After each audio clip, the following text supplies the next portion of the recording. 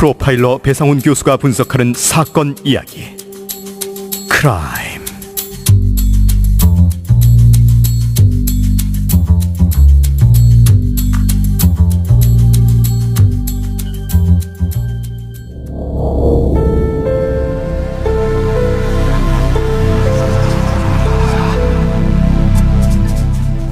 (1996년 1월 6일) 서울 마포구의 한 자택. 장모님의 말에 따르면 쿵 하는 소리가 들렸다고 합니다. 그때가 새벽 3시 30분. 아내는 허겁지겁 거실로 나가보았습니다. 거실에서 옥상으로 올라가는 복층 계단참에 한 남자가 위에서 이어진 전깃줄에 목을 감고 쓰러져 있었습니다. 당대 대중들의 많은 사랑을 받고 있었던 가수 김광석. 갑작스러운 그의 자살 소식에 대중들은 충격에 빠졌습니다. 그리고 그날 물끄러미 TV를 보고 있던 이상호 기자도 그 소식을 접했습니다. 깜짝 놀란 이상호 기자는 그 길로 바로 김광석 씨의 장례식장을 향했습니다. 우울증 이야기도 들렸고 여자 관계 이야기도 들렸습니다. 하지만 이상호 기자가 고개를 갸우뚱한 것은 바로 장모의 증언인 쿵 소리를 들었다였습니다. 그것을 시작으로 20년, 여러 번 좌절되었지만 결국은 놓을 수 없었던 취재는 그렇게 시작되었습니다.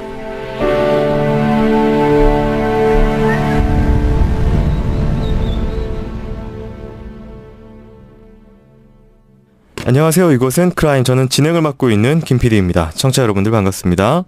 날카롭고 정확한 분석으로 대한민국의 정의를 세우고 계시는 대한민국 1호 프로파일러 배상훈 교수님을 모십니다. 예, 안녕하세요. 배상훈 교수입니다. 반갑습니다. 예, 교수님 반갑습니다. 예. 네. 오늘은 조금 특별한 날이어서 바로 모시고 진행을 해보겠습니다. 바쁜 시간, 요즘에 안 그래도 좀 바쁘신데 또 그 짬을 잠깐 내주셔가지고 네, 이 사건을 위해서 홍대까지 한 걸음에 달려와 주신 얼굴이 명함 이상호 기자님을 모십니다. 안녕하세요. 크라임 열혈 애청자 이상호 기자입니다. 반갑습니다. 네, 반갑습니다, 기자님. 네, 기자님의 영화를 제가 오늘 아침에 따끈따끈하게 보고 와가지고. 그러셨어요? 네, 얼굴이 많이 나오시더라고요. 얼굴이 너무 커가지고 카메라 돌리다 보면 자꾸 들어와요. 네. 그래가지고 저 아직 그 울림을 그대로 가슴에 안고 지금 이 스튜디오에 앉았는데요. 일단은 뭐 그래도 뭘 소개를 굳이 해야 되나 싶기도 하지만 그래도 뭐 이제 간단하게 소개를 드려야 되는데 뭐 이름이 명함이고 얼굴이 명함이라서 네, 뭘 드려야 될까요? 본인 어떻게 소개하시나요, 보통? 그냥 뭐 MBC의 20년간 탐사 보도 주로 했고요. 사건, 사고, 뭐 권력 비리 뭐 이런 쪽으로 주로 관심을 가지고 취재해 왔고. 네. 그래서 크라임 같은 팟캐스트가 왜 없지? 해외에는 이런 전문 다큐나 드라마 같은 게 많은데 국내에는 옛날 수사반장 이후에 왜 이런 게 없지? 그랬는데 저희 영화를 사실 도와주셨어요. 배상훈 교수님께서. 네. 자문도 해주시고 출연도 직접 해주셨는데 시작하시더라고요. 크라임을. 그래서 네. 저는 계속 들어왔어요. 근데 오늘 제가 이곳에 이렇게 나오게 될 줄은 정말 몰랐고 영광입니다. 아닙니다. 저희가 영광입니다. 네. 영화에서 교수님의 출연 분량이 작은 부분에 대해서 교수님은 불만이 없으셨나요? 아니요, 뭐 저는 전혀 불만이 없었고요. 네. 이제 조금 사건 자체에 집중하는 부분은 여러 가지 면에서 뭐 곤란한 부분도 있었고, 그러니까 제가 아니라. 네. 근데 오늘 시원하게. 그런가요? 그때는 사실 저희가 취재 중인 상황이었고 전체적인 얼개 그리고 영화가 나오기 전이었기 때문에 그때 팩트를 던져서 말씀드리고 교수님의 분석을 받아서 사실 촬영한 거기 때문에 네.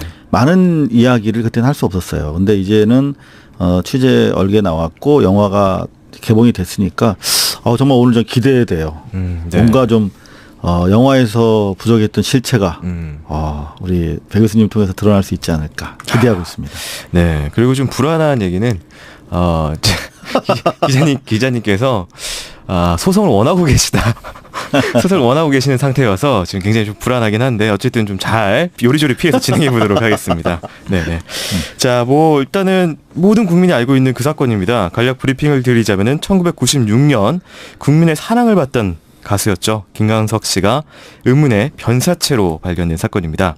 자살이라고 주장하는 아내 서 씨와 자살이 아닐 가능성을 20년간 매달려서 취재한 이상호 기자의 취재 결과 사이에 많은 간극이 있고 논란이 있는 사건입니다. 그럼 본격적인 사건 속으로 한번 들어가 보도록 하겠습니다.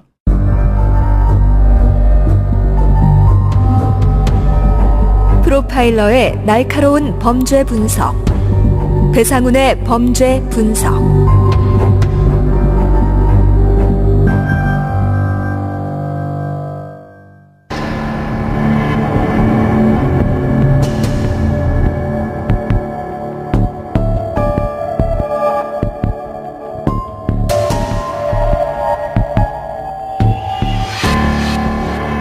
당시가 1996년 1월 6일이었습니다. 뉴스를 접하고 바로 이제 세브란스 병원 응급실로 갔죠. 아, 네. 그리고 그때는 아직 이제 빈소가 차려지기 전이었고요. 되게 추운 날씨였습니다. 네. 그런데 응급실에서 한 할머니를 발견했어요. 구석에 이렇게 의자에 앉아 계셨는데 일단 여쭤봤죠. 혹시 김광석 씨 유족이십니까? 그랬더니 맞다고 자기가 장모라고 하시더라고요. 근데 키 체구도 작으시고 당연히 제가 수첩을 꺼내들고 어떻게 알고 오셨습니까? 누구 연락을 어떻게 받고 오셨습니까? 그랬더니 서혜순, 딸 서혜순으로부터 새벽에 전화가 왔다. 아, 그러면 따님이 발견하셨군요. 따님은 어떤 상태로 발견하셨대요? 그랬더니 자는데 거실에서 쿵 소리가 났다. 그래서 가보니 사위가 목매 사망해 있었고 그래서 그때 바로 나한테 전화를 한 것이다. 그래서 쿵이라고 하는 의성어가 상당히 중요하다고 생각이 돼서 네. 제가 취재 수첩에다 쿵이라고 적어놨어요. 네. 그게 이제 최초 취재의 단초가 됐죠. 그리고 나서 이제 빈소가 나중에 차려졌는데 새벽 한 7시, 8시쯤에 빈소가 장례식장에 옛날 세브란스 병원은 텐트 천막을 이렇게 쳤어요. 거기에 이제 아직 김광석 씨 영정 사진도 오기 전인데 소복을 입고 30대 초중반의 여성분이 들어오시더라고요. 네. 저분이 저 부인이시구나 직감을 하고 카메라를 돌렸어요. 네. 어떻게 되십니까? 그랬더니 부인이라고 서혜순 씨가 입을 열었고 상당히 그런 상황에서 인터뷰를 진행하는 게 결례죠. 네. 기자랑 정자랑 인간이 되기가 정말 어렵다고 그래요. 2억분의 1이라고 그래요. 네. 기자들이 예의 있는 짓을 행동을 못하고 늘상 욕먹는 게 저희 직업이고 뭐 업이라고 생각합니다만 그때도 그랬어요. 그랬더니 이제 입을 여시기 시작해서 어떻게 발견을 하셨습니까? 그랬어요. 그랬더니 새벽까지 술을 마시다가 새벽 3시경에 방으로 들어와서 보던 비디오를 한 20-30분가량 시청을 하고 나가봤다 그냥. 그랬더니 남편이 숨져 있었다는 것이었어요. 이 진술은 나중에 이제 경찰 조사에서 번복이 됩니다. 근데 그 나가봤다라고 한 것은 사실은 쿵 소리라고 하는 것은 소리가 들렸기 때문에 나간 건데 나가봤다라는 것은 뭐 예를 들면 그냥 뭐 물을 마시러 나가봤다라는 뉘앙스로 좀 들려서 자기가 보던 비디오가 끝나서 그냥 뭐 혹시나 해서 나가봤다는 거예요. 그런 느낌으로. 그러니까 쿵 소리가 전혀 안 나왔죠. 그때부터 이제 저는 상당히 이상하다라는 네. 질문을 갖기 시작했죠. 네, 알겠습니다. 그리고 또 한 가지 이거는 그 영화 초반에 그 인터뷰가 나옵니다.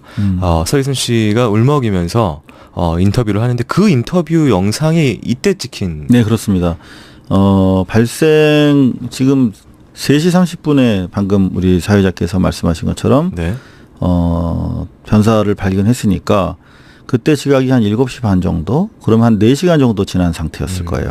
그러면 이제 경황이 없었겠죠. 아직 답변에 대한 자기 전략이 안 서 있었던 것 같은데 그때 그런 이야기를 했죠.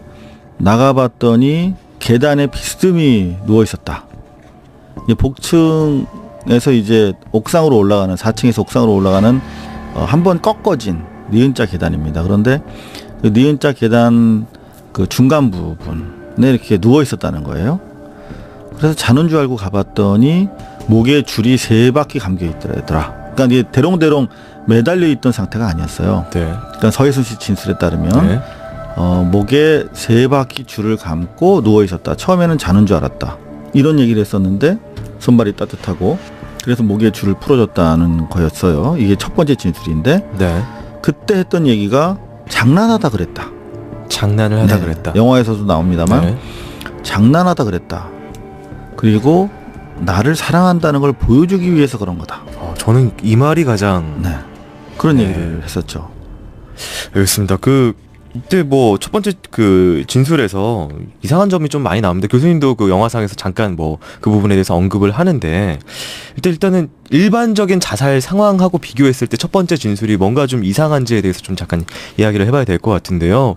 먼저 일단은 그 누워 있고 줄이 공중에서 이제 그러니까 이게 팽팽하게 당겨 있지 않은 상황이었죠, 기자님. 그렇죠. 네. 느슨하게 이제 목에 3번 감겨져서 그 누워 있는 변사자 목까지 이어져 있는 상황. 그리고 진술에 따르면은 손발이 따뜻했고 이런 얘기도 영화에서 나왔던 것 같습니다. 얼굴 표정이 편안해 보였다. 자는 것 같았다. 자는 것 같았다. 라고 심지어 얘기를 하고 있죠. 네, 그런 진술들. 그리고 이제 나왔는데 뭐 쿵소리 얘기도 원래는 없었고 네. 나와봤는데 그냥 자연스럽게 그렇게 이게 가능한 상황입니까? 어떻게 봐야 될까요? 그러니까 제가 처음에 이제 그걸 의뢰받고 그거를 화면을 보고 소리를 했을 때 가장 먼저 파악해야 된 것은 뭐냐면 최초 진술입니다. 네. 흔히 말하는 변사 사건이나 살인 사건에서 그러니까 무엇인가 어떤 것에 외부 요소가 개입되기 전에 아주 라이브한 형태의 최초 진술을 저희 프로파일러들은 가장 중시합니다. 왜냐하면 그것은 다음에 다른 요소를 생각하지 못하고 툭 내뱉었지만 사실은 그것은 대단히 중요한 정보를 가지고 있습니다. 그러니까 시간이 지나면 지날수록 뭐냐면 무엇인가 계속 개입되는 거죠. 자기를 생각하고 관계를 생각하니까. 그러니까 최초 그 장모라는 분이 얘기했던 쿵이라는 것, 특히 이제 무엇인가 그걸 표현하는 것은 대단히 중요한 겁니다. 왜냐하면 그건 진실에 가까운 겁니다. 그러니까 그것을 굳이 그 조작을 하려고 할 때는 쿵이라는 소리를 할 필요가 없죠. 다른 형태의 형태적 얘기를 했겠죠.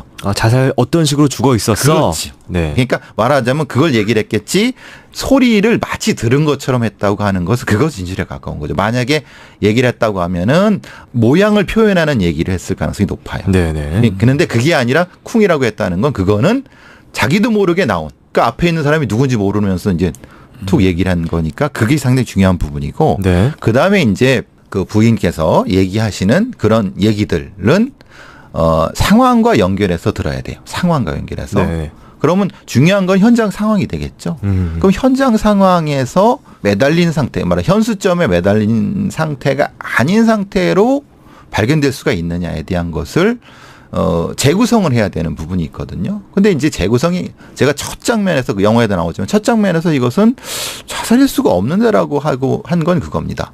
왜냐하면 현수점에서 매달려서 어떤 이유 때문에 말하자면 자동적으로 풀리는 경우도 있거든요. 네. 왜냐하면 줄을 이제 처음에 자기가 목을 매달라고 할 때 꽉 했지만은 자기 자중을 생각하지 못했기 때문에 숨진 다음에 숨이 넘어가는 순간에 뚝 떨어져서 이제 풀리는 경우가 있어요. 네. 근데 그렇다고 하더라도 그 복층 올라가는 45도, 40도, 그러니까 30도, 30도라는 얘기에 밑에 떨어져야 맞는 거지. 네. 거기에 주저앉거나 떨어져야 맞는 거지. 그게 중간쯤에 걸터서 비스듬히 누워 있다는 건 이건 물리학적 법칙을 넘어서는 거거든요. 이거 보충 설명 좀 드려야 될 것 같습니다. 지금 어떤 상황이냐면 줄이 걸려 있는 현수점의 위치랑 각도가 김광석 씨가 발견된 목에 이어진 각도는 약 한 45도, 30도 정도로 이렇게 기울어져 있습니다. 그러니까 그렇죠. 바로 수직 밑이 아니라는 거죠. 그렇죠. 떨어졌다라고 하면 교수님의 말씀에 따르면은 바로 밑에 떨어졌어야 맞는다. 그렇죠. 90도로. 밑에 떨어져 갖고 그 밑에 바닥에 쭈그려 있거나 어떻게든 형태가 있어야 되는 거예요. 예.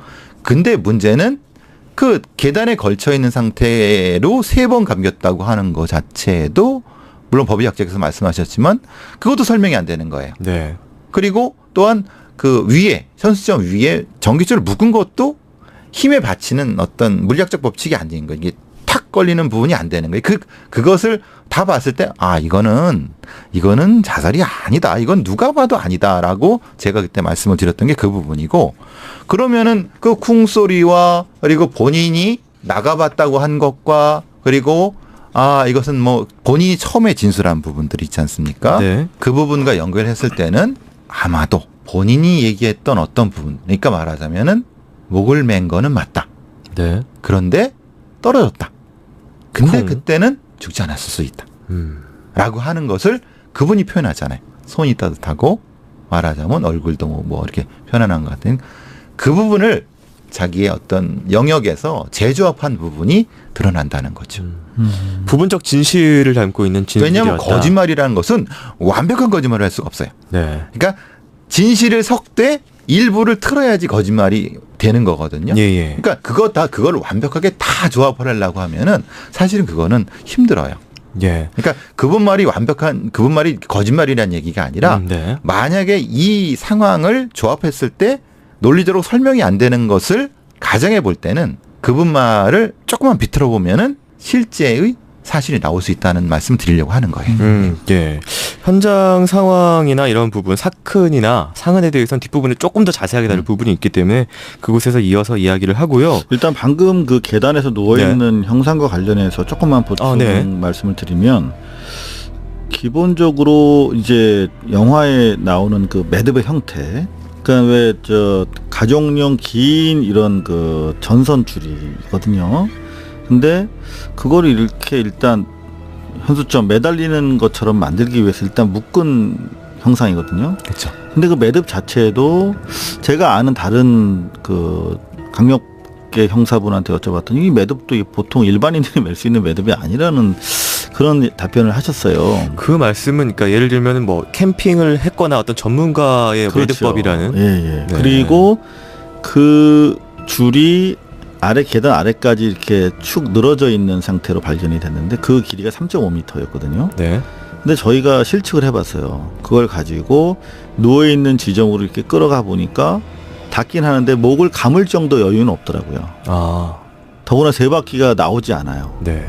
그러니까 뭔가 지금 진술의 구성이 안 되는 거죠. 그렇죠. 그러니까 본인의 진술과 네. 현장 구성이 안 맞는 거예요. 그게 좀 배치가 되는 상황이 많이 배치가 되는 거죠. 그리고 그 매듭 부분은 그렇죠. 네. 가수잖아요. 네. 평생 예술만 한 사람이잖아요. 네네. 그 매듭은 흔히 말하는 뭐 표현이 그렇지만 뭐 노가다에서도 잘 안 하는, 그러니까 좀 약간 전문적이라고 표현은 그렇지만은 그런 매듭을 많이 해본 사람, 네. 이런 형태의 매듭일 수 있는 거예요. 관련 일을 했거나 그렇죠. 혹은 네. 그래서 그분에게 이거 왜 이렇게 되지?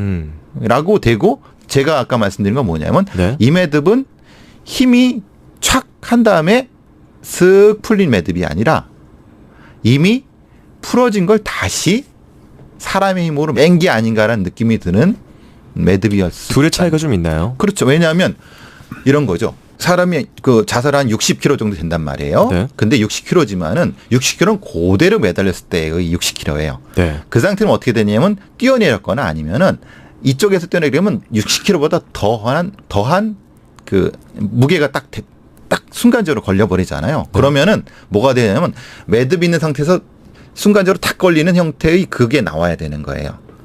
네. 그죠? 착 감기는 그렇죠. 당겨지면서. 예, 순간에 탁 네. 그러니까 채워지는 채연이? 형태가 돼야 되는 네. 거예요. 근데 그 찍힌 것 자체로는 그 방향이 좀 이상해요. 저희가 실제로 그 매듭을 재현하는데 몇 년이 걸렸어요.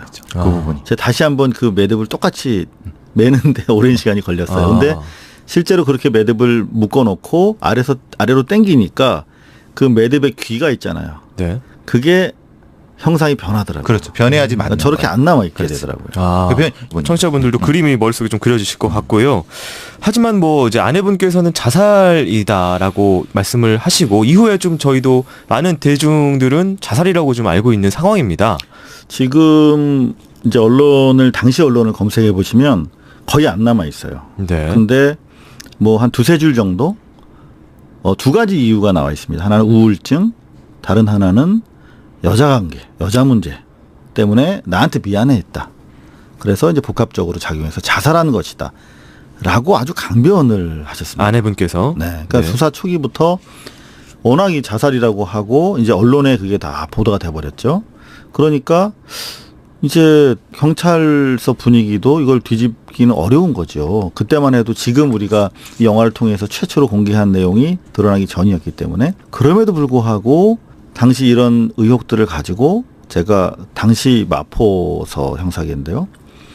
형사계장이랑 과장한테 브리핑을 했어요. 그때는 인터넷이 없을 때니까 프린터 출력도 안 돼서 이렇게 제가 매직으로 켄트지라고 그랬는데 옛날에 네네. 쭉 적어가지고 계장님 보십시오. 이거 정말 이상합니다. 쭉. 그래서 형사 과장까지 하고 저는 그때 수습 기자에 불과했기 때문에 사실 경찰서가 낯설 때였어요. 그때만 해도. 근데 다행히 들어주시더라고요. 그래서 2차 진술 조서를 받게 됩니다. 2차 진술 조서는 1차 때랑 전혀 다른 내용이 되죠. 아내분의 네. 네. 2차 바뀐 내용이 어떤 식으로 그럼 진술을 하게 됩니까? 그러니까 최초에는 새벽 3시까지 술을 4병을 나눠 마셨다. 그래서 무척 만취한 상태였다. 그래서 장난치다가 저렇게 된 거다. 술이라고 하면 여기서 맥주. 네. 그러니까 저희가 취재한 바에 따르면은 블루스 하우스라고 하는 집 근처 한 200m 되는 지하 바에서 친구분과 맥주 1병을 마셨어요. 그리고 집에 가서 4병. 그럼 좀 술이 약하면 취할 수도 있겠다 이렇게 생각을 했는데 나중에 저희가 이제 간접적으로 혈중 알코올 농도를 확인해 보니까 0.09밖에 안 나오더라고요. 그러면 네. 그걸로 뭔가 이렇게 실수할 정도 술은 아니지 않습니까? 그래서 0.09 정도면 어느 정도라고 저희가 알고 있으면 될까요? 0.09라고 하면은 뭐 0.1이면은 우리가 면허 취소 수준이지만은 네. 우리가 이제 만취해 갖고 인사불성이라고 하는 건 0.15가 넘어야 되는 거고 네. 0.09면은 그 우리가 알딸딸하다고 하잖아요. 그런 네. 정도. 네. 아. 그리고 물론 이거는 차이가 있을 수 있어요. 개인 차가. 아, 예. 근데 그거를 뭐 흔히 말하는 만취했다 그렇게 표현할 수는 없는 거죠. 예. 실제 현장에서 발견된 것도 맥주 2병 정도. 네네. 그리고 잔 하나에는 맥주가 가득 차 있었기 때문에 네. 김광석 씨가 그걸 다 마셨다고 한들 맥주 1병을 추가로 마시는 정도거든요. 네. 맥주 2병 먹은 거죠. 그렇죠. 그러니까 잿더리에 병 뚜껑이 2개가 있더라고요. 네네. 그리고 잔 하나는 다 먹었고 누군가 네. 하나는 가득 차 있습니다. 그러니까 먹은 양은 사실 잔 하나 양 정도 2병 중에서 둘이서 나눠 먹으면은 뭐 이거는 그냥 살짝 목 축였다 정도의 느낌이겠네요. 그렇죠. 그래서 이제 2차 진술 조서 때는 완전히 바뀝니다. 그러니까 최초에는 자기가 비디오를 봤다고 그랬거든요. 네. 마지막 한 20분 정도 안 본 게 있어서 마지막까지 돌려보고 나왔다는 진술이었는데 제가 2차 진술조서 받으러 나오셨을 때 서예순 씨한테 물어봤어요. 그 비디오가 뭐냐고. 그랬더니 얘기를 해주셨는데 아파클랩스 나온가? 지옥의 묵시록인가? 그런 영화였어요. 근데 마지막 20부분 어떤 내용이에요? 물어봤더니 전혀 다른 얘기를 하더라고요. 줄거리를요. 네, 그 20분 동안 봤다는 내용이. 그럼 며칠 안 됐으니까 기억할 시점인데. 네. 그래서 제가 계속 물었더니 2차 진술 조서에서 아예 그 빠졌어요. 비디오 얘기가. 아, 기자님과 그 이야기를 한 직후에 그 2차 진술을 했는데 그때 뺐다. 네, 그때는 이제 비로소 자기 진술에 문제가 있었다고 느꼈는지 마지막 20-30분 분량이 안 나오는 얘기를 저한테 하는 거예요. 그래서 2차 진술 조서를 나중에 이제 몰래 봤죠. 형사 어깨 너머로. 그랬더니 3시까지 술을 마시고 방으로 헤어져서 들어와서 자다가 한 30분 정도 자다가 광석 씨가 춥겠다. 거실에 계신데. 그래서 이불을 덮어주려고 담요를 들고 나갔다는 거예요. 근데 보면은 이제 뭐 천천히 저희가 그날 상황에 대해서 되짚어 보겠지만 김광석 씨가 이혼하겠다고 통보한 날이었고 바로 그 순간에 그리고 평상시에 맞담배를 안 피는 사이인데 그 김광석 씨가 대구 분이고 되게 유교적인 분위기에서 자랐기 때문에 맞담배를 허락하지 않았다고 해요. 근데 잿더리에 보면은 서예순 씨가 피던 담배까지 포함해서 김광석 씨가 피던 담배 2종이 한 30개 정도 있었단 말이에요. 그러니까 갈라서기로 한 거죠. 이제 뭐 네가 담배를 피든 말든 개의치 않겠다라고 하는 그런 선언적 의미로 잿더리를 봤는데 여하튼 그렇게 해서 아주 둘 사이가 과격한 그런 언쟁과 뭐 그런 것들이 있었다고 취재가 되거든요. 그런데 30분 자고 나와서 걱정돼서 감기 걸릴까봐 이불을 들고 나갔다라고 하는 진술로 드라마틱하게 바뀌게 되는 거죠. 네. 지금 갑자기 현장 상황이 조금 나와가지고 몇 부분 교수님께 좀 여쭤볼 게 생긴 것 같은데요. 먼저 이제 당시에 이제 이혼 문제가 있어서 그날 좀 싸웠다. 이 담배를 누가 피웠는지의 문제도 사실은 의문이지 중요하죠. 않습니까? 네. 그렇죠. 네. 말하자면은 그거를 그리고 시차도 중요하죠. 네. 그러니까 맞담배를 피웠을 수도 있지만은 네. 김광석 씨가 피고 나중에 어떤 사건이 벌어진 다음에 네. 피웠을 수도 있는 시차도 중요하고 네. 사실은 그런 것 때문에 이제 그 초기 수사가 굉장히 중요했던 부분인데 그런 부분이 전혀 안 됐다고 아니면 어쨌든 지금 기록이 네, 네. 없고 뭐 볼 수 네. 없는 부분이라고 하면은 그런 것들이 중요하고 네. 또 이제 술의 양도 중요하고 그리고 전체적으로 이제 저희가 공간을 구성할 땐 그런 걸 합니다. 실제로 그게 가능하냐? 네네. 그러니까 본인은 안에서 자고 있다가 바깥으로 나가서 뭐 춥다고 생각할 수 있는 상황이면은 조금 거리가 있느냐? 아니면 바로 안방과 문만 거실. 열면 보여줄 수 네. 있는 공간 이런 것들도 다 재구성이 돼야 되거든요. 네, 현장 예. 재구성이. 네. 근데 그게 이제 실제로는 의문이죠. 그 부분도. 근데 기자님은 그 잿더리 사진이나 뭐 잿더리 이런 상황을 좀 보셨나요? 제가 궁금했던 부분이 네. 이 두 종의 담배가 있다고 치더라도 담배 양이 반반이 있느냐 아니면은 소수가 섞여 있느냐 다른 종류의 담배가 이건 굉장히 맥락이 달라지는 거기 때문에 서예순 씨가 핀 담배로 보이는 버지니아 슬림이었구나. 네. 작은 가벼운. 예, 얇은 거. 그건 좀 더 적은 숫자였어요. 음. 그러니까 대부분은 말보로 김광석 씨가 태졌다고 하는 네. 그렇게 섞여 있었죠. 근데 여기서 중요한 게 이제 또 나중에 나오겠지만 네네. 서예순 씨 오빠의 존재예요. 네. 그 오빠분이 현장에 있었는데 그게 이제 경찰 조사에 반영되지 않은 부분이 상당히 중요하게 지금 저희가 지적하는 부분인데 네. 당일 저녁 12시까지 이제 그 전날 1월 5일 밤에 통보가 됐대요. 장모한테 이혼하겠다라고. 이혼 사유에 대해서는 저희가 소상히 밝혀드리겠지만 그리고 나서 장모가 집에 옵니다. 그래서 뭔가 상당히 지금 대책회의가 열렸던 거죠. 김광석 씨를 제외한 나머지 김광석 씨는 12시 30분에 네. 뒤늦게 들어오고 네. 그리고 그런 상황에서 인천에 있던 폭력 전과가 많은 그 오빠도 도착합니다. 네.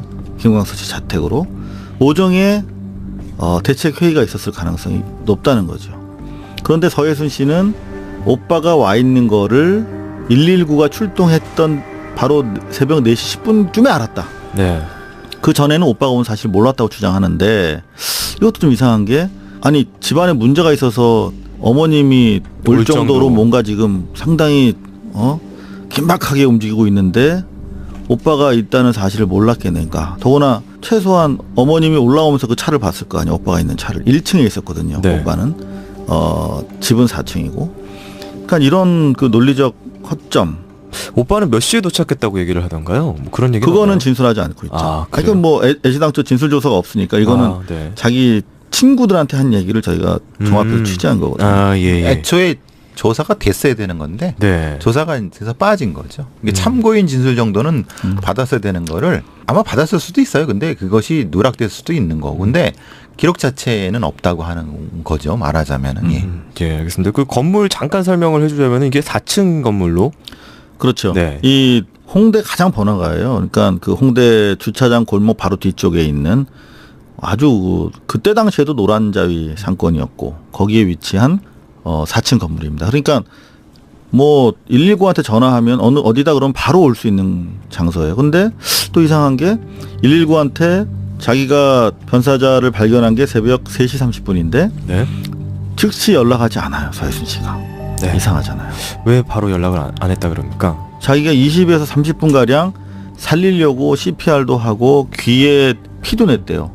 피를 돌게 하려고 뭐 그런 의도인가요? 네. 네. 귀에 피를 내는 행위를 젊은 여자가 할 수 있는지 저 의문인데 그런 것도 하고 여하튼 뭔가 바쁘게 뭔가가 진행이 됐어요. 네. 2, 30분 동안. 그리고 119에게 전화를 한 거는 새벽 3시 50분쯤. 그러니까 변사자 발견 이후 2, 30분 가량 뒤에.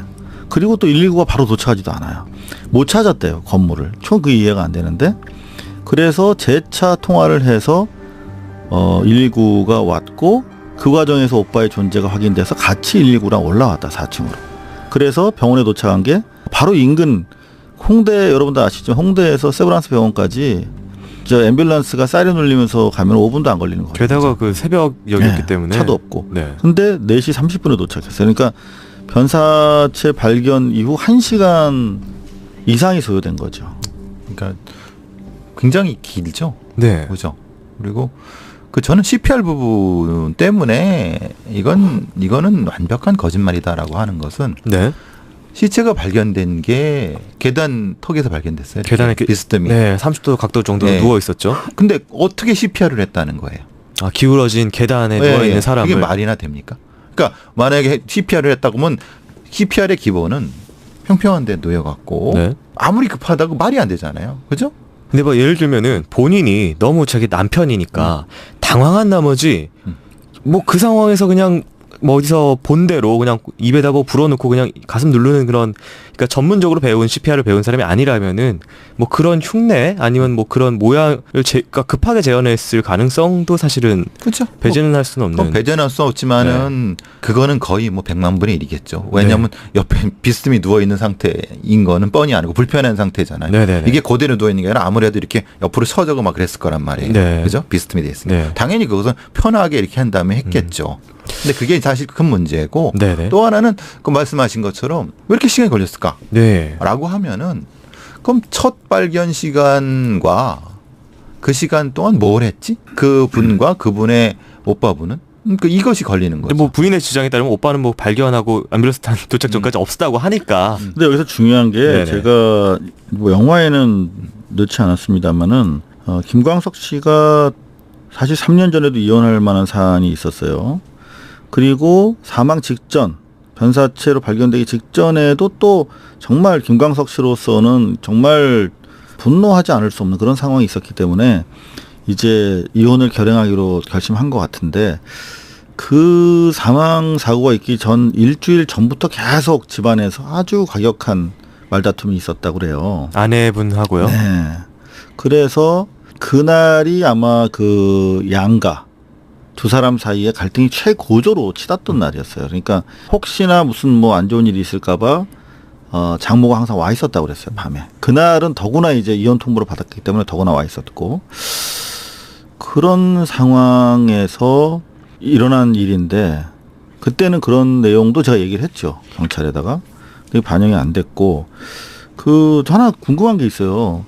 기본적으로 이제 119가 도착했을 당시에 이미 사망한 상태였는데 그 상태에서 병원으로 옮길 수가 있는 겁니까? 가족이 원하면. 이제 그 말 가족이 원했다는 거죠. 그래서 이제 원래는 옮기지 못하도록 한다라고 또 어떤 경찰관분들은 네, 많이 그렇죠, 맞습니다. 말씀하시더라고요. 그 말씀 맞습니다. 그러니까 문제는 뭐냐면 현장을 보존해야 되니까. 그렇죠. 그러니까 이제 지금 여기서 문제는 기준이 죽었는가 살았는가를 판단을 합니다. 구급대원이 딱 봤을 때 확인하시면 생활 반응을 확인하지 않습니까? 생활 반응, 아 이건 죽었구나라고 하면은 뒤로 물러서 갖고 바로 경찰을 부르는데, 거기에서 이 문제가 생기는 건 뭐냐면 가족이 어차피 죽었으니까 자살 확실합니다. 그러면 이제 어차피 장례 치러야 되니까 해주십시오라고 뭐라고 해야 이렇게 이제 설득을 하거나 강권을 하거나 이랬을 경우는 가능한데, 만약에 그랬을 경우는 뭐냐면 119 구급일지에 나와 있을 거예요. 그러니까 그 부분이 확인이 필요한 부분인데 너무 오래돼 갖고 확인하려면 기록이 없다고 할 텐데, 이 경우 현장이 1차적으로 훼손됐다라고 하는 것이 중요한데, 그렇죠. 제가 우리 배 교수님한테도 영화 속에서 여쭤보는 대목입니다만은, 제가 그 부검 소견서는 못 봤지만 그 참여하신 분들을 통해서 확인한 사실이거든요. 등에 이렇게 계단 모서리에 눌렸을 때 생기는 줄이 있었어요. 그렇죠. 네, 눌린 자국이. 그리고 또 제가 당시 수사 당시에 형사분이 확보한 시신의 사진도 제가 직접 확인한 바가 있어요. 몸은 약간 좀 어둡게 변색이 되고 그 계단에 눌린 자국은 선명하게 남아있던 노란색 쪽으로 기억이 나는데, 만약에 이 서예순 씨 진술대로라면 몸이 따뜻했고 그래서 CPR을 할 정도였다면 저 눌린 자국이 남아있으면 안 된다는 취지로 절대 말씀하셨잖아요. 안 되죠. 예. 왜냐하면 그 상태가 뭐냐면은 심장이 시간이 얼마 안 되는 상태거든요. 먹고 나서 얼마 안 됐다. 먹고 나서 얼마 안 되는 상태이기 네. 때문에 그 상태로는 일종의 시방 같은 거잖아요. 네네. 그것이 나타나면 안 되는 거죠. 그러니까 그것이 나타났다는 건 뭐냐면은 한참 전에 돌아가셨다는 거예요. 그리고 네. 그 상태로 돌아가셨다는 거예요. 그 상태로 사망한 상태로 네. 유지가 됐던 됐다는 거예요. 상황에서 대책회의를 했었을 수도 있네요. 그래서 제가 그 담배와 술과의 시간적 연관성이라는 것을 생각하고, 그리고 왜 3번 감겼을까라는 것, 그리고 왜 다시 매듭이 된가라는 생각을, 그게 필요하다. 그 재구성이 필요하다는 거예요. 그러니까 이 석줄이라는 건 아무리 생각해도 이해가 안 가는 거예요. 왜냐면 그거는 죽은 상태에서 놨다는 거예요. 거기에 놨다는 거예요. 근데 본인은 CPR을 했다 그러잖아요. 네네. 그러면 어떤 자세로 CPR을 해야지 그게 나타날까요? 그 계단에서는. 그 CPR을 못 해요. CPR이라는 것은 여기를 압박하는 거잖아요. 흉부를 압박해야 그런데 되니까. 이게 공간이 생기잖아요. 세 줄이면 허리가 네. 부러져 버려요. 그리고 CPR 하면. 네네. 그게 모르는 거예요. 이 사람이 그 얘기가 무슨 의미인지를. 그러니까 당연히 그것은 그러니까 왜 시간이 걸린다라는 걸 설명하다 보니까 1시간이 걸렸잖아요. 네. 112 부르는데 그럼 그걸 설명하다 보니까 CPR을 했다라고 주장하려고 하다 보니까 현장 상황가 안 맞는 거죠. 그러니까 빈 시간을 메꾸기 위해서 생긴 작화가 CPR 그리고 그렇죠. 건물의 위치를 찾지 못해서 뭐 돌렸다라는 등등의 그렇죠. 이야기로 그 시간을 설명을 그래야 해낸다. 되는 거라는 거예요. 그리고 귀에 왼쪽 귀인가요? 귀에 이렇게 칼로 짠 자국이 있는 걸로 부검에 들어갔던 분이 진술을 해주셨어요. 크로스 체크한 바에 따르면. 그러니까 하긴 했어 뭔가. 그렇다면 그거 왜 했는지도 이해가 안 가는 거예요. 그거 알리바이를 만들기 위해서 한 것인지 근데 아니면 실제로 살리기 위해서 한 것인지. 근데 귀를 했을 때의 그 상처의 네. 형상이라는 게 원래 김광석 씨가 저기 귀걸이는 안 하시잖아요. 칼로 짠 자국이라고 나와 있었다는 거죠. 그러니까 이제 그게 이제 다른 유형의 충돌이라든가 하다가 상처가 생겼을 수 있다. 실제로 그 CPR을 하는데 귀를 이거 따한다는 게 실제로 아무 도움이 안 되거든요. 따르게 되면 네. 다른 데 피를 내는 게 맞는 거지. 네. 귀를 따는 게 그 생활시키는 거랑 무슨 의미가 있죠? 저도 그러니까 뭐 그러니까요. 취한 사람도 아니고 그게 네. 귀를 안 취한 사람이라고 네. 귀를 따나요? 손을 따지. 네. 근데 귀를 그러니까 땄다라는 이제 게 그 부분을 진술을 하거나 받아쓰거나 할 때 그걸 당연히 의심을 했어야 되는 거죠. 이게 뭐지? 그래서 이제 혹시라도 이제 귀걸이를 하는 사람들 같은 경우는 이 몸싸움 과정에서 뜯어져 갖고 그것을 가장하기 위해서 칼질하는 경우는 종종 있는 거고 그리고 또 하나는 이제 이건 아니라 강도 사건 같은 데에서 이제 칼을 위협하다가 피하다가 이제 상처가 나는 경우도 종종 있으니까. 근데 지금 이 상황은 그 상황은 아닌데 어쨌든 상처가 난 부분은 있었을 것이다. 이거는 생활을 위해서 여기는 건 아니다. 어쨌든 그 상처는 칼로 났기 때문에 현장에서 칼 사용은 어쨌든 있었겠지만 그게 살리기 위해서 한 칼질인지 혹은 다른 과정에서 생긴 칼질인지는 확인할 수는 없는. 확인할 수는 없지만 어떤 칼을 사용했는지를 조금 확인해 봤으면 좋았을 거예요. 부검이가. 상흔을 보고. 네, 상흔을 보고. 그러면 그게 이제 과도인지 아니면은 뭐 가벼운 형태의 것인지를 아마 부검이는 느낄 수 있었을 거예요. 이게 본인도 이상하다고 생각했을 거니까요. 그러면은 이게 뭘까라고 아마 그 중간에다 뭘 써놨을 수 있어요. 그래서 사실 부검 감정도 굉장히 중요한데 뭐 이제 어쨌든 지금 뭐 부검이나 이제 사체에 대해서 이야기가 나왔으니까 이 목의 상흔에 대해서도 이제 이야기를 좀 해야 네, 되겠는데요. 그게 상당히 중요한 부분이죠. 지금 말씀 중에 우리가 부검 소견서에 대한 얘기가 계속 나오고 있는데 물론 저희가 부검 소견서를 열람하기 위해서 시도를 했죠. 정상적인 루트로는 안 돼서 마지막 방법으로 이제 국회의원을 통해서 행자위 국회의원을 통해서 국가수에 보관된 부검 소견서를 일단은 이제 제출을 받았어요. 그래서 저희가 열람을 하기 위해서 김광석 씨의 친형 김광복 씨를 대동하고 이제 국회로 나아갔습니다. 그런데 직전에 행자부 쪽에서 이거는 서해순 씨가 본인 외에는 친척이 와도 형제가 오더라도 열람시켜주지 말라고 하는 열람 금지 요청을 해놨다는 거예요. 그래서 저희 대단히 놀랐습니다. 이거를 유가족이라고 하면은 한치의 뭐 의심이라도 있으면 그걸 밝혀달라고 오히려 해야 될 것인데 더구나 일반인도 아니고 가족조차도 못 보게 이렇게 막아놨다는 사실에 그래서 어쩔 수 없이 이제 우회적으로 저희가 이제 부검에 참여했던 가족 측의 입회인이라든가 이제 부검했던 분들을 통해서 이제 부분적으로 확인한 결과 앞에서 나왔던 것처럼 서해순 씨가 주장했던 자살의 두 가지 이유가 우울증과 여자 문제 아니었습니까? 근데 여자 문제도 이제 거짓말이라는 게 나중에 드러납니다만은 우울증을 부인이 인지할 정도로 알았다면 약을 먹었을 거 아니에요. 근데 신체에서 그런 약물 반응은 전혀 안 나타났다는 거고. 네. 그리고 저희가 이제 중요하게 인지했던 부분이 바로 지금 사회자께서 물으신 목에 남은 줄에 눌린 자국, 이른바 사큰인데 저희가 깜짝 놀랐어요. 여태까지 3번 감았다고 해서 어찌됐든 그게 자이든 타이든 3줄이 남아있겠거니 이렇게 생각을 했는데 한 줄만, 그것도 앞부분에 이게 목으로 봤을 때 목 뒤쪽으로 가면은 이게 소실되는 거죠. 없어져 버리는 거죠. 눌린 자국이. 그런 형태로 남아있다는 사실을 알았습니다. 상당히 중요하죠. 네. 네, 두 가지 걸리는 거는 솔직히 저도 몰랐습니다. 뭘 모르냐면 그거를 가족 위에 금지시킬 수 있는 그런 제도가 있는지를 그걸 어떻게 알았을까요? 그분은? 그게 아마 그 행정부 규칙이나 아니면은 그 권한이 제가 알기로도 그것을 알고 있는 사람은 그게 많지 않을 겁니다. 그럼 보통의 가정주부가 그런 제도가 있는지를 어떻게 알았을까요? 근데 서혜순 씨가 보통의 가정주부는 아닌 게 분명한데 그래서 그 문제는 최초에 제가 사회자님께 김광석 변사 사건과 관련된 당시 보도 자료를 찾아보세요. 그러면 거의 없습니다. 그나마 두세 줄밖에 안 남았습니다라고 말씀드린 이유가 뭐냐면 자신에 대해서 불리한 블로그 글 같은 게 나오면 지속적으로 서혜순 씨가 포탈 쪽에 삭제를 요청했다라고 하는 진술을 받아냈어요. 무슨 말이냐면 네. 그 이후에 자기에 대해서 의심을 제기하는 여론에 대해서 촉각을 곤두세우면서 그거를 통제해 왔다는 거죠. 본인은 그런 노력을 기울였다 정도로 일단은. 그렇죠. 네네네. 네. 그게 이제 이번에도 적용된 거죠. 그렇죠. 이 부검 감정서를 못 보게 한다고 하는 연락 금지라고 하는 제도라 일종의 어떤 그 규칙 같은 걸 이용할 수 있는 거는 저는 깜짝 놀랐어요. 그러니까 그것도 이제 자기 외의 다른 어떤 반개 가족은 차단해 버렸잖아요. 네. 그래서 그걸 보고 저는 깜짝 놀랐어요.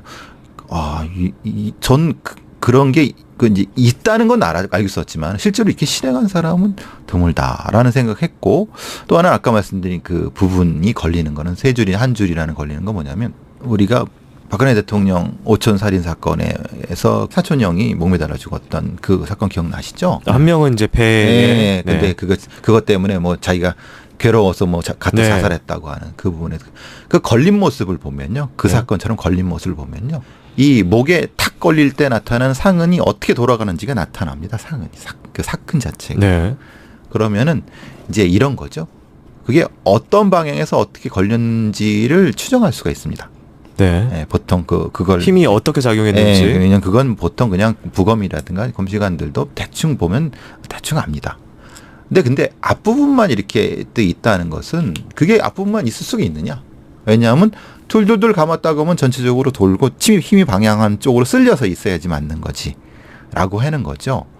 그러니까 감히 추정하건대 앞부분만 있다는 것은 실제로 제가 이제 다른 학생들한테도 이걸 설명할 때는 이건 뒤에서 이렇게 했을 가능성을 고려해 봐야 된다. 그러니까 목 다 있고 삥 원형에 다 있는데 목 뒤만에서 딱 사건이 끊겼다라는 것 때문에. 그렇죠. 네, 정확하게 이렇게, 말씀을 드리면 방금 이제 배 교수님께서 말씀하시는 건 교살 뒤에서 누군가 목 졸라서 죽였을 가능성에 대한 말씀이신데 실제로 이제 수사 전문가분들 말씀이 단선으로 있을 수도 물론 없지만 세 줄을 감았으면 어떻게든 세 줄이 남던가 겹치면 두 줄이라도 있어야 되는데 단선으로 0.5cm 정도 단선으로 앞부분만 있고 목 뒤쪽에서 가면서 소실되는데 이게 만에 하나 뒤에서 교살하지 않고 목 매달았을 경우에는 그나마 이 소실점이 위로 향해야 된다는 거예요.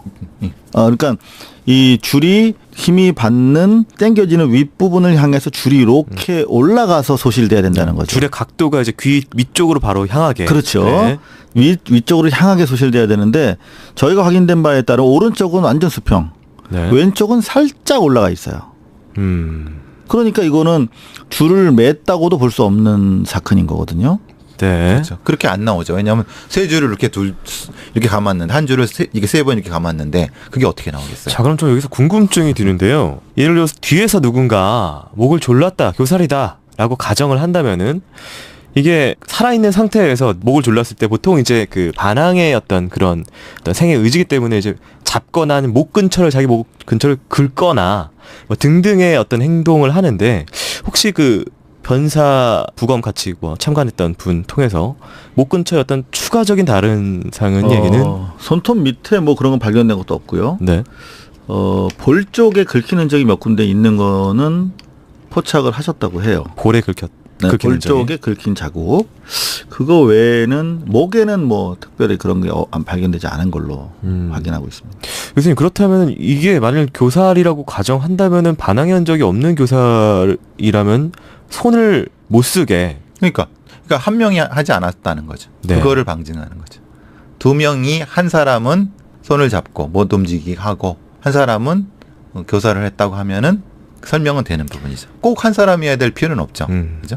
이게 교살이라고 전제를 한다면 예. 손이 못 긁는 것은 손을 못 쓸 수밖에 없는 상황이고, 그렇죠. 그렇다면 누군가는 목을 쥐어 틀어야 되니까 손을 잡고 있는 누군가가 존재해야 한다. 반드시. 그렇죠.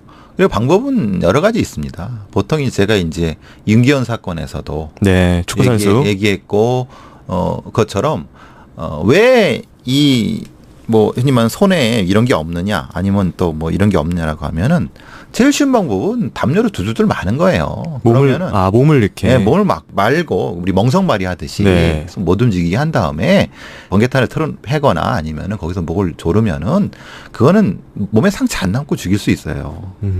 그런 방법은 형사들은 다 알아요. 네. 그러니까 이제 굳이 이게 여기에 뭐가 없고 뭐 여기 반항이 뭐 이게 없다고 해서 교살이 아니다라고 할 수는 없는 거예요. 그러니까 정황과 이 사건과 이걸 다 봐야지 판단할 수 있는 거지. 네, 그러니까 방금 교수님께서 이제 반대쪽에서 반박할 수 있는 주장, 손에 어떤 손 밑에 피부나 아니면 목 근처에 긁은 흔적이 없기 때문에 이게 어떻게 교살이냐라고 반대쪽에서 만약 반박을 한다면 교수님은 이렇게 답을 할 수가 있다. 충분히 그 외에도 교살로 죽일 수 있는 방법이 있다. 그러니까 혼자가 아니라고 하면, 뭐 한다면. 복세범이라고 하면은 당연히 그것도 좀 가능한 걸 하는 거죠. 그걸 해라고 경찰이 있는 거예요. 네. 그렇죠? 그리고 이제 그 집안에서 단독 혼자, 그러니까 아내분 혼자가 아니었다라고 증언을 해줄 만한 사람은 존재하지가 않은 것이죠. 외부에 있는 제3자는. 현재 진술에 따르면은 발견된 시각이 3시 30분인데 네. 그거는 그야말로 서혜순 씨의 주장인 것이고 네. 중요한 것은 발견 시점 이전에 어머님이 왔었던 것, 그것도 팩트고, 더 나아가서 서혜순 씨 본인으로 입으로 진술한 바에 따라도 119가 왔을 때 이미 그 건물 내에 오빠가 있었다는 점이 확실하지 않습니까? 네. 그렇다면 많게는 3명, 최소한 2명이 그 시간대에 있었다는 거죠. 그 건물 안에.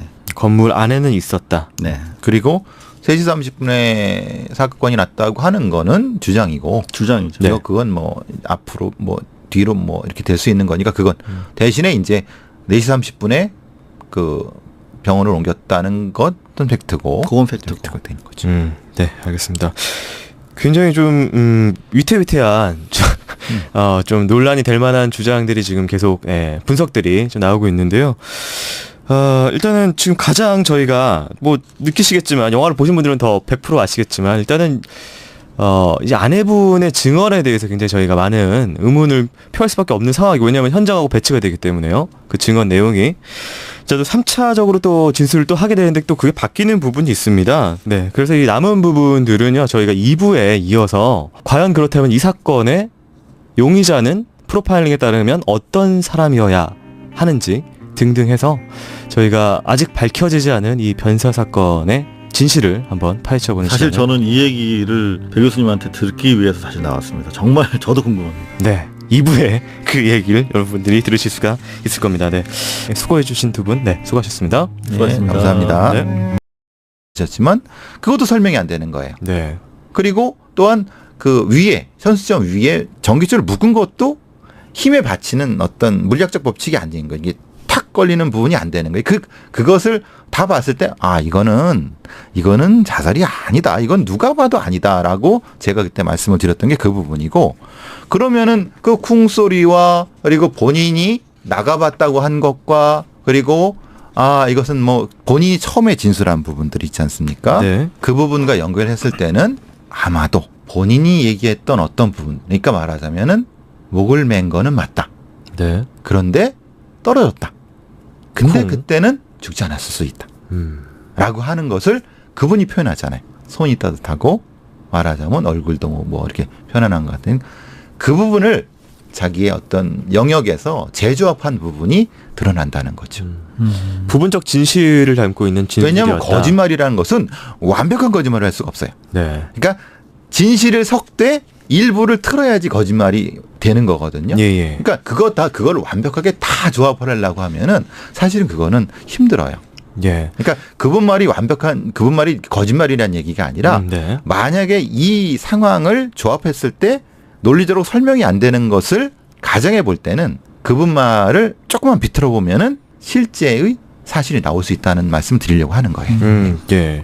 현장 상황이나 이런 부분, 사건이나 상흔에 대해서는 뒷부분에 조금 더 자세하게 다룰 부분이 있기 때문에 그곳에서 이어서 이야기를 하고요. 일단 방금 그 계단에서 누워있는 형상과 관련해서 조금만 보충 말씀을 드리면, 기본적으로 이제 영화에 나오는 그 매듭의 형태, 그러니까 왜 저 가족용 긴 이런 그 전선줄이거든요.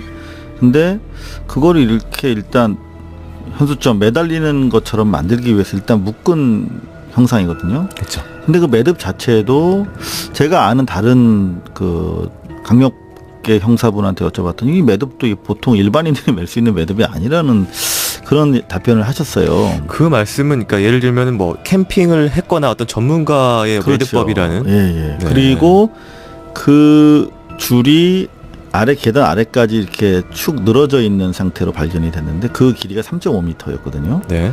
근데 저희가 실측을 해봤어요. 그걸 가지고 누워있는 지점으로 이렇게 끌어가 보니까 닿긴 하는데 목을 감을 정도 여유는 없더라고요. 아. 더구나 세 바퀴가 나오지 않아요. 네. 그러니까 뭔가 지금 진술의 구성이 안 되는 거죠. 그렇죠. 그러니까 본인의 진술과 네. 현장 구성이 안 맞는 거예요. 그게 좀 배치가 되는 예, 상황이 많이 배치가 되는 거죠. 그리고 그 매듭 부분은 그렇죠. 네. 가수잖아요. 네. 평생 예술만 한 사람이잖아요. 네네. 그 매듭은 흔히 말하는 뭐 표현이 그렇지만 뭐 노가다에서 또 잘 안 하는, 그러니까 좀 약간 전문적이라고 표현은 그렇지만은 그런 매듭을 많이 해본 사람, 네. 이런 형태의 매듭일 수 있는 거예요. 관련 일을 했거나 그렇죠. 혹은 네. 그래서 그러니까 이거 왜 이렇게 되지? 라고 되고, 제가 아까 말씀드린 건 뭐냐면 네. 이 매듭은 힘이 촥 한 다음에 쓱 풀린 매듭이 아니라 이미 30대 초중반의 여성분이 들어오시더라고요. 네. 저분이 저 부인이시구나 직감을 하고 카메라를 돌렸어요. 네. 어떻게 되십니까? 그랬더니 부인이라고 서예순 씨가 입을 열었고, 상당히 그런 상황에서 인터뷰를 진행하는 게 결례죠. 네. 기자랑 정자랑 인간이 되기가 정말 어렵다고 그래요. 2억분의 1이라고 그래요. 네. 기자들이 예의 있는 행동을 못하고 늘상 욕먹는 게 저희 직업이고 뭐 업이라고 생각합니다만, 그때도 그랬어요. 그랬더니 이제 입을 여시기 시작해서 어떻게 발견을 하셨습니까? 그랬어요. 그랬더니 새벽까지 술을 마시다가 새벽 3시경에 방으로 들어와서 보던 비디오를 한 20-30분가량 시청을 하고 나가봤다 그냥. 그랬더니 남편이 숨져 있었다는 것이었어요. 이 진술은 나중에 이제 경찰 조사에서 번복이 됩니다. 근데 그 나가봤다라고 한 것은 사실은 쿵 소리라고 하는 것은 소리가 들렸기 때문에 나간 건데, 나가봤다라는 것은 뭐 예를 들면 그냥 뭐 물을 마시러 나가봤다라는 뉘앙스로 좀 들려서 자기가 보던 비디오가 끝나서 그냥 뭐 혹시나 해서 나가봤다는 거예요. 그런 느낌으로. 그러니까 쿵 소리가 전혀 안 나왔죠. 그때부터 이제 저는 상당히 이상하다라는 네. 질문을 갖기 시작했죠. 네, 알겠습니다. 그리고 또 한 가지, 이거는 그 영화 초반에 그 인터뷰가 나옵니다. 서예순 씨가 울먹이면서 인터뷰를 하는데 그 인터뷰 영상이 이때 찍힌. 네, 그렇습니다. 지금 3시 30분에 방금 우리 사회자께서 말씀하신 것처럼 네. 변사를 발견했으니까 그때 시각이 한 7시 반 정도? 그러면 한 4시간 정도 지난 상태였을 거예요. 그러면 이제 경황이 없었겠죠. 아직 답변에 대한 자기 전략이 안 서 있었던 것 같은데, 그때 그런 이야기를 했죠. 나가봤더니 계단에 비스듬히 누워 있었다. 복층에서 이제 옥상으로 올라가는, 4층에서 옥상으로 올라가는 한 번 꺾어진 니은자 계단입니다. 그런데 그 니은자 계단 그 중간 부분에 이렇게 누워 있었다는 거예요. 그래서 자는 줄 알고 가봤더니 목에 줄이 3바퀴 감겨 있더라. 그러니까 이게 대롱대롱 매달려 있던 상태가 아니었어요. 네. 그러니까 서혜순 씨 진술에 따르면 네. 목에 3바퀴 줄을 감고 누워 있었다. 처음에는 자는 줄 알았다. 이런 얘기를 했었는데 손발이 따뜻하고 그래서 목에 줄을 풀어줬다는 거였어요. 이게 첫 번째 진술인데 네. 그때 했던 얘기가 장난하다 그랬다. 장난을 하다 네. 그랬다. 영화에서도 나옵니다만 네. 장난하다 그랬다. 그리고 나를 사랑한다는 걸 보여주기 위해서 그런 거다. 저는 이 말이 가장 네. 그런 네. 얘기를 했었죠. 알겠습니다. 이때 뭐 첫 번째 그 진술에서 이상한 점이 좀 많이 나오는데 교수님도 그 영화상에서 잠깐 뭐 그 부분에 대해서 언급을 하는데 일단은 일반적인 자살 상황하고 비교했을 때 첫 번째 진술이 뭔가 좀 이상한지에 대해서 좀 잠깐 이야기를 해봐야 될 것 같은데요. 먼저 일단은 그 누워 있고 줄이 공중에서 이제 그러니까 프로파일러 배상훈 교수가 분석하는 사건 이야기. 크라임.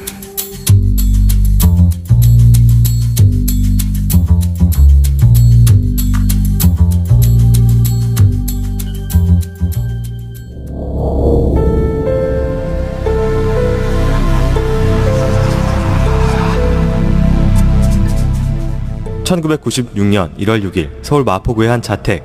장모님의 말에 따르면 쿵 하는 소리가 들렸다고 합니다. 그때가 새벽 3시 30분. 아내는 허겁지겁 거실로 나가보았습니다. 거실에서 옥상으로 올라가는 복층 계단참에 한 남자가 위에서 이어진 전깃줄에 목을 감고 쓰러져 있었습니다. 당대 대중들의 많은 사랑을 받고 있었던 가수 김광석. 갑작스러운 그의 자살 소식에 대중들은 충격에 빠졌습니다. 그리고 그날 물끄러미 TV를 보고 있던 이상호 기자도 그 소식을 접했습니다. 깜짝 놀란 이상호 기자는 그 길로 바로 김광석 씨의 장례식장을 향했습니다. 우울증 이야기도 들렸고 여자 관계 이야기도 들렸습니다. 하지만 이상호 기자가 고개를 갸우뚱한 것은 바로 장모의 증언인 쿵 소리를 들었다였습니다. 그것을 시작으로 20년 여러 번 좌절되었지만 결국은 놓을 수 없었던 취재는 그렇게 시작되었습니다.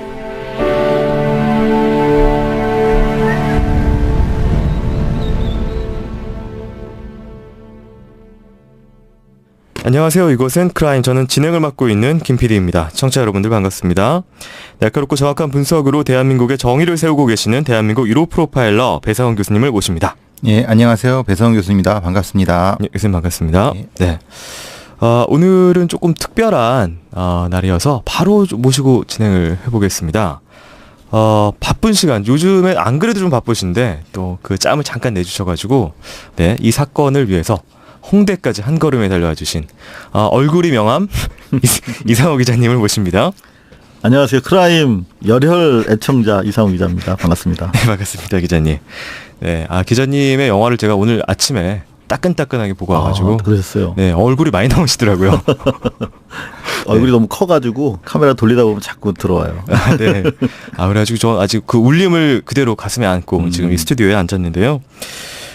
일단은 뭐 그래도 뭘 소개를 굳이 해야 되나 싶기도 하지만 그래도 뭐 이제 간단하게 소개를 드려야 되는데 뭐 이름이 명함이고 얼굴이 명함이라서 네, 뭘 드려야 될까요? 본인 어떻게 소개하시나요, 보통? 그냥 뭐 MBC의 20년간 탐사 보도 주로 했고요. 사건, 사고, 뭐 권력 비리 뭐 이런 쪽으로 주로 관심을 가지고 취재해 왔고 네. 그래서 크라임 같은 팟캐스트가 왜 없지? 해외에는 이런 전문 다큐나 드라마 같은 게 많은데 국내는 옛날 수사반장 이후에 왜 이런 게 없지? 그랬는데 저희 영화를 사실 도와주셨어요. 배상훈 교수님께서. 네.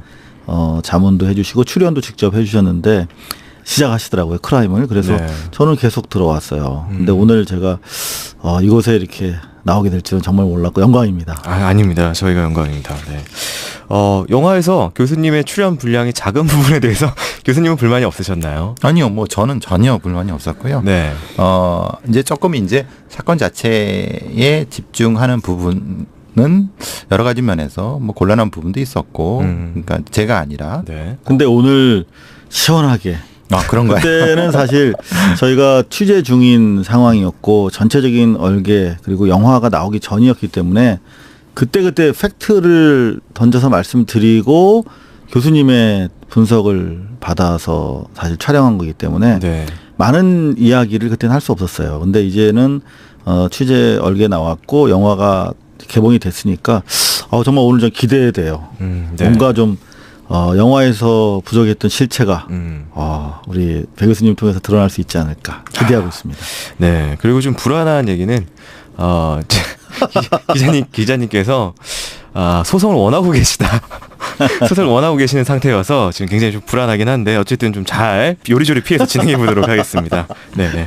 자, 일단은 모든 국민이 알고 있는 그 사건입니다. 간략 브리핑을 드리자면은 1996년 국민의 사랑을 받던 가수였죠. 김광석 씨가 의문의 변사체로 발견된 사건입니다. 자살이라고 주장하는 아내 서 씨와 자살이 아닐 가능성을 20년간 매달려서 취재한 이상호 기자의 취재 결과 사이에 많은 간극이 있고 논란이 있는 사건입니다. 그럼 본격적인 사건 속으로 한번 들어가 보도록 하겠습니다.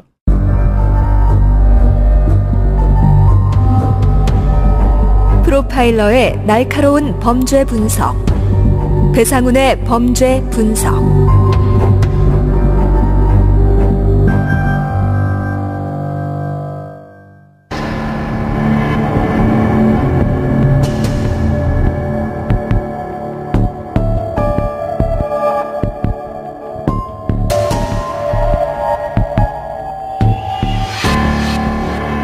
당시가 1996년 1월 6일이었습니다. 뉴스를 접하고 바로 이제 세브란스 병원 응급실로 갔죠. 네. 그리고 그때는 아직 이제 빈소가 차려지기 전이었고요. 되게 추운 날씨였습니다. 네. 그런데 응급실에서 한 할머니를 발견했어요. 구석에 이렇게 의자에 앉아 계셨는데 일단 여쭤봤죠. 혹시 김광석 씨 유족이십니까? 그랬더니 맞다고 자기가 장모라고 하시더라고요. 근데 키체구도 작으시고 당연히 제가 수첩을 꺼내들고 어떻게 알고 오셨습니까? 누구 연락을 어떻게 받고 오셨습니까? 그랬더니 서혜순, 딸 서혜순으로부터 새벽에 전화가 왔다. 그러면 따님이 발견하셨군요. 따님은 어떤 상태로 발견하셨대요? 그랬더니 자는데 거실에서 쿵 소리가 났다. 그래서 가보니 사위가 목매 사망해 있었고 그래서 그때 바로 나한테 전화를 한 것이다. 그래서 쿵이라고 하는 의성어가 상당히 중요하다고 생각이 돼서 네. 제가 취재 수첩에다 쿵이라고 적어놨어요. 네. 그게 이제 최초 취재의 단초가 됐죠. 그리고 나서 이제 빈소가 나중에 차려졌는데 새벽 한 7시, 8시쯤에 빈소가 장례식장에 옛날 세브란스 병원은 텐트 천막을 이렇게 쳤어요. 거기에 이제 아직 김광석 씨 영정 사진도 오기 전인데 소복을 입고 팽팽하게 담겨있지 않은 상황이었죠, 기자님? 그렇죠. 네. 느슨하게 이제 목이 3번 감겨져서 누워있는 변사자 목까지 이어져 있는 상황. 그리고 진술에 따르면은 손발이 따뜻했고 이런 얘기도 영화에서 나왔던 것 같습니다. 얼굴 표정이 편안해 보였다. 자는 것 같았다. 자는 것 같았다. 라고 심지어 얘기를 하고 있죠. 네, 그런 진술들. 그리고 이제 나왔는데 쿵소리 얘기도 원래는 없었고 네. 나와봤는데 그냥 자연스럽게 그렇게 이게 가능한 상황입니까? 어떻게 봐야 될까요? 그러니까 제가 처음에 이제 그걸 의뢰받고 그거를 화면을 보고 소리를 했을 때 가장 먼저 파악해야 된 것은 뭐냐면 최초 진술입니다. 네. 흔히 말하는 변사 사건이나 살인 사건에서 그러니까 무엇인가 어떤 것의 외부 요소가 개입되기 전에 아주 라이브한 형태의 최초 진술을 저희 프로파일러들은 가장 중시합니다. 왜냐하면 그것은 다음에 다른 요소를 생각하지 못하고 툭 내뱉었지만 사실은 그것은 대단히 중요한 정보를 가지고 있습니다. 그러니까 시간이 지나면 지날수록 뭐냐면 무엇인가 계속 개입되는 거죠. 자기를 생각하고 관계를 생각하니까. 그러니까 최초 그 장모라는 분이 얘기했던 쿵이라는 것, 특히 이제 무엇인가 그걸 표현하는 것은 대단히 중요한 겁니다. 왜냐하면 그건 진실에 가까운 겁니다. 그러니까 그것을 굳이 그 조작을 하려고 할 때는 쿵이라는 소리를 할 필요가 없죠. 다른 형태의 형태적 얘기를 했겠죠. 자살 어떤 식으로 죽어 있었어? 그렇죠. 네. 그러니까 말하자면 그걸 얘기를 했겠지 소리를 마치 들은 것처럼 했다고 하는 것은 그것이 진실에 가까운 거죠. 만약에 얘기를 했다고 하면은 모양을 표현하는 얘기를 했을 가능성이 높아요. 네네. 그런데 그게 아니라 쿵이라고 했다는 건 그거는 자기도 모르게 나온. 그러니까 앞에 있는 사람이 누군지 모르면서 이제 툭 얘기를 한 거니까 그게 상당히 중요한 부분이고. 네. 그 다음에 이제 그 부인께서 얘기하시는 그런 얘기들은 상황과 연결해서 들어야 돼요. 상황과 연결해서. 네. 그러면 중요한 건 현장 상황이 되겠죠. 그럼 현장 상황에서